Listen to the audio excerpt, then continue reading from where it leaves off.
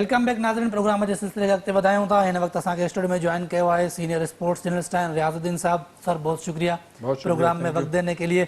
Sir हम discuss कर रहे थे आज जो स्क्वाड अनाउंस हुआ है पाकिस्तान क्रिकेट के लिए एक बहुत बड़ा दिन, वर्ल्ड कप के लिए स्क्वाड अनाउंस हुआ है, तो उस पर हम बात करेंगे और उसके बाद हम बात करेंगे जो उसके बाद फ़ौरन ही जो एक ब्रेकिंग आई कि जो हमारे कोचिंग स्टाफ हैं जिसमें हेड कोच हमारे मिसबाह उल हक साहब और वक़ार उनैस बॉलिंग कोच, इन दोनों ने अपने ओहदे से जो है दस्तबरदारी की है। तो सर सबसे पहले सर स्क्वाड कैसे देख रहे हैं इस स्क्वाड को आप? बिस्मिल्लाहिर्रहमानिर्रहीम। बहुत शुक्रिया जमशेद। जमशेद यकीनन जैसा आपने कहा कि ये क्रिकेट के लिए बहुत बड़ा दिन है पाकिस्तान क्रिकेट के लिए। उसकी वजह ये भी है कि ये T20 स्क्वाड जो था वर्ल्ड कप के लिए था, और फिर ये कि रमीज़ राजा जो है 13 तारीख को बाकायदा तौर पे जमहूरी अंदाज में वो जो है चैंपियनशिप संभालेंगे। तो ये जो चीज़ देखें, जहाँ तक स्क्वाड की बात है, तो जब भी पाकिस्तान का स्क्वाड अनाउंस हुआ है किसी भी उसके टूर के लिए या वर्ल्ड कप के लिए, तो उसमें मतलब इस तरह की चीज़ें हमेशा होती रही हैं, ये कोई नई बात नहीं है। लेकिन ये बड़ी तवज्जो तलब बात है कि इस टीम में जो सबसे ज़्यादा मतलब एक क्वेश्चन मार्क है वो है आसिफ अली और खुशदिल के लिए, इसलिए कि उनकी जो परफॉर्मेंसेस रही हैं और जिस तरह से उनको सिलेक्ट किया गया है और उनकी जगह जिन खिलाड़ियों को आना चाहिए था उनको जिस तरह से बाहर किया गया है, तो ये जो है बड़ी मतलब एक गलत सी चीज़ नज़र आती है।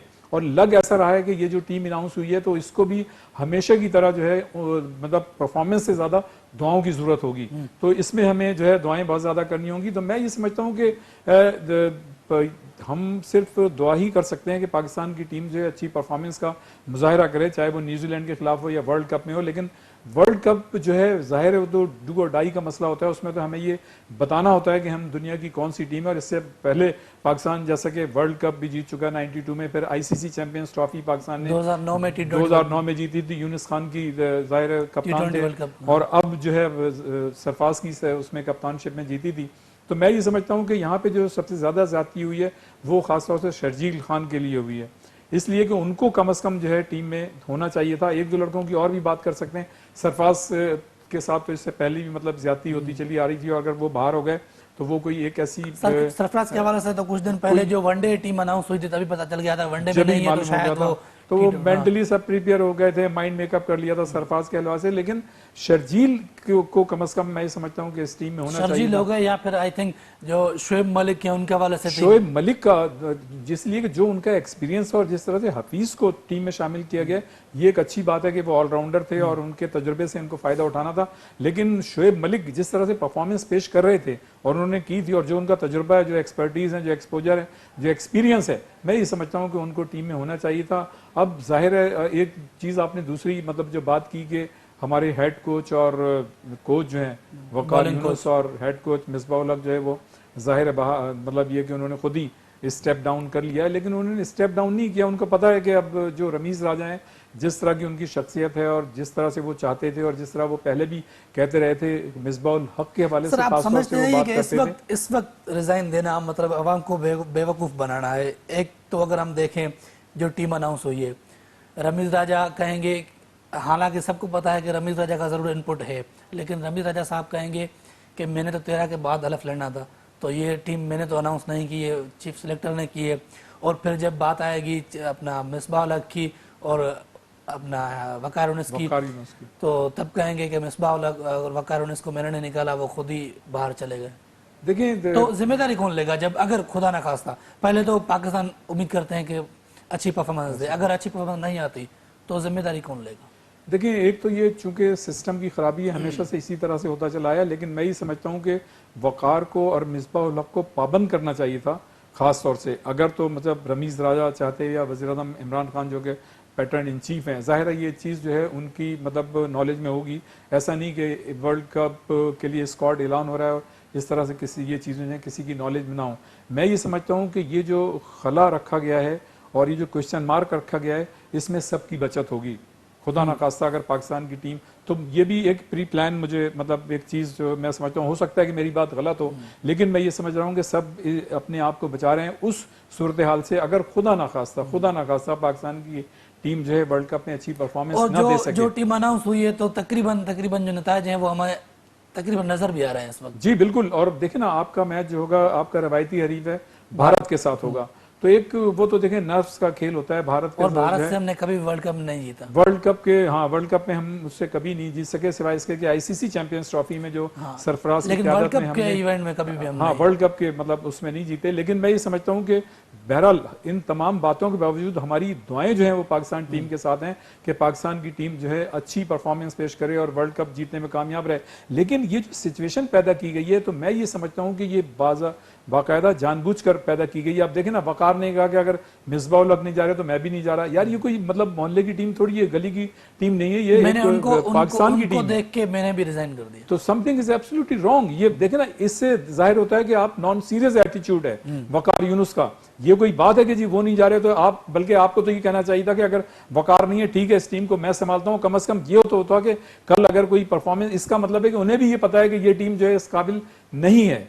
और हम नहीं चाहते कि ये टीम, हम ये नहीं कहेंगे कि इस टीम ये परफॉर्मेंस ना दे वर्ल्ड कप में, ये अच्छी परफॉर्मेंस दे। लेकिन मैं ही समझता हूँ वकार यूनुस भी, वो हो गया, हमें तो अब दुआएं करनी है। हाँ वकार यूनुस भी इस चीज को समझते होंगे कि वरना उनको स्टेप डाउन नहीं करना चाहिए था, बल्कि उनको तो फ्रंट फुट पे आके लीड करना चाहिए था और कहते ठीक है अगर वकार नहीं गए तो मैं जो हूँ इस टीम को संभालता हूँ। तो ये एक जो है अच्छी बात होती है। इससे ही जाहिर होता कि वकार यूनुस एक न सिर्फ बहुत बड़े प्लेयर रहे हैं बल्कि वो एक अच्छे कोच भी हैं। लेकिन उन्होंने इस चीज को यहाँ पर प्रूव नहीं किया। अब रह गई जहां तक बात आपने की रमीज राजा की, जो कि चेयरमैन आ रहे हैं, बहरहाल हमारी दुआएं उनके साथ हैं और इसलिए कि वो एक तालीम याफ्ता शख्सियत हैं और बहैसियत कमेंटेटर, और जिस तरह से वो अपना यूट्यूब चला रहे थे और जिस तरह से वो अपनी चीजों बता रहे थे, अच्छी करते थे बातें, मतलब उन्हें इट इज नो डाउट वो ब्रॉडकास्टर हैं और तालीम याफ्ता हैं, खुश लिबास हैं, खुश इखलाक हैं, जवान हैं।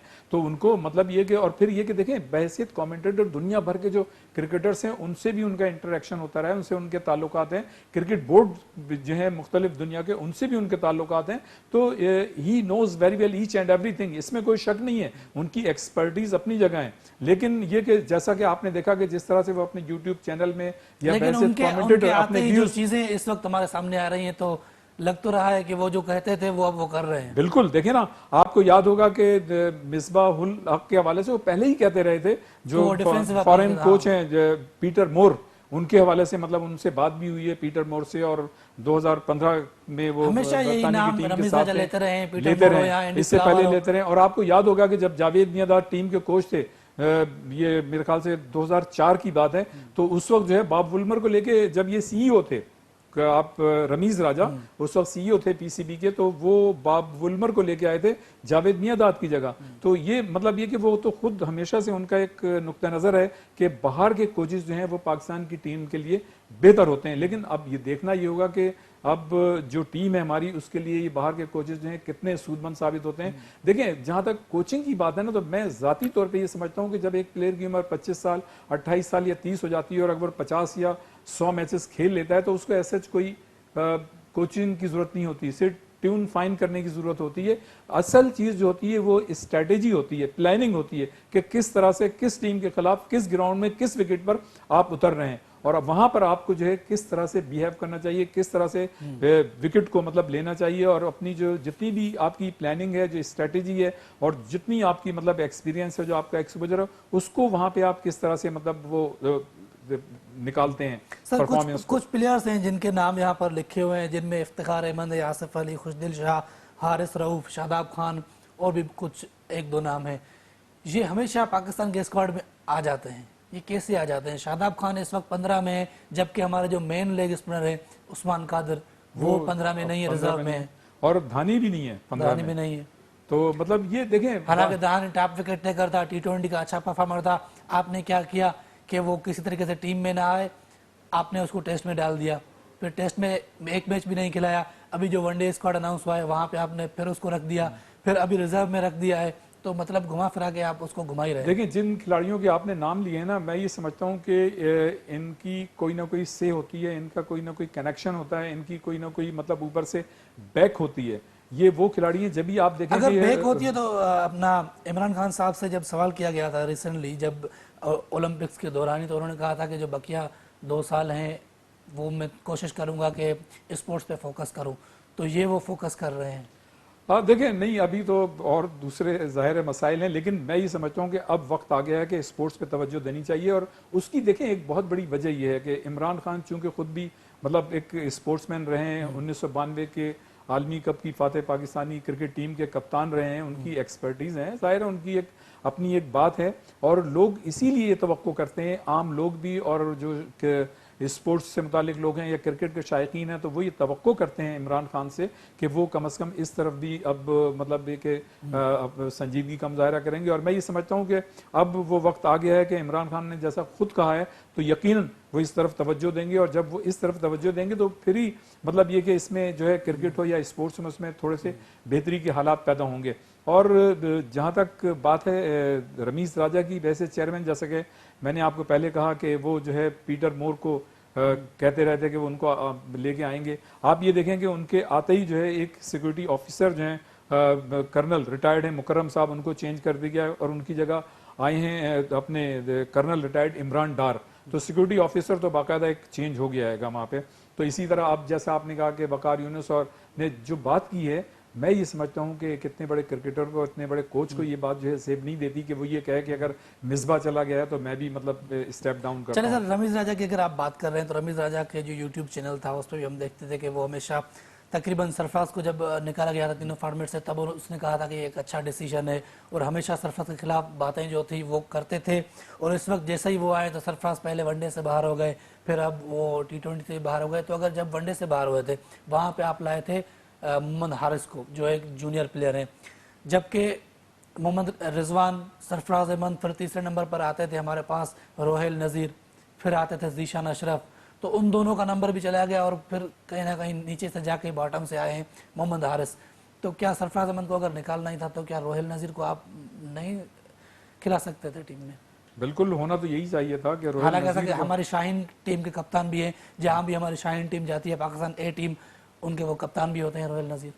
बिल्कुल, मैं ये समझता हूँ कि ये ज़्यादती है और ये ज़्यादतियाँ इससे कबल मुख्तलिफ प्लेयरों के साथ होती रही हैं, खुद सरफराज अहमद के साथ होती रही हैं, लेकिन ये ज़्यादतियाँ जो अपकमिंग प्लेयर्स होते हैं, जो इतनी अच्छी परफॉर्मेंस करके, इतनी मेहनत करके वो आते हैं, तो उनका ये हक बनता है कि उनको जो है सही मौके पे उनको जगह दी जाए। जो देखें, जो सीनियर प्लेयर्स होते हैं उनकी तो अपनी एक बात होती है, उनको वक्तन फ़ौक्तन यकीनन उनको उनकी परफॉर्मेंस को देख के चांस अगर मिल भी जाता है तो ये कोई बड़ी बात नहीं होती। लेकिन जो नए प्लेयर्स होते हैं, अपकमिंग प्लेयर्स होते हैं, इमर्जिंग प्लेयर्स होते हैं, वो अगर आप मेहनत करके अच्छी परफॉर्मेंस देते हैं, जैसे आपने सोहेल उसकी बात की, रोहेल की बात की, तो ये ऐसे प्लेयर्स हैं और इस तरह के दूसरे प्लेयर्स का ये हक होता है कि उनको जो है सही मतलब वक्त पे उनको चांस दिया जाए। तो मैं ये समझता हूँ कि ये एक बहुत बड़ी ज्यादती है और ये सिस्टम की खराबी है।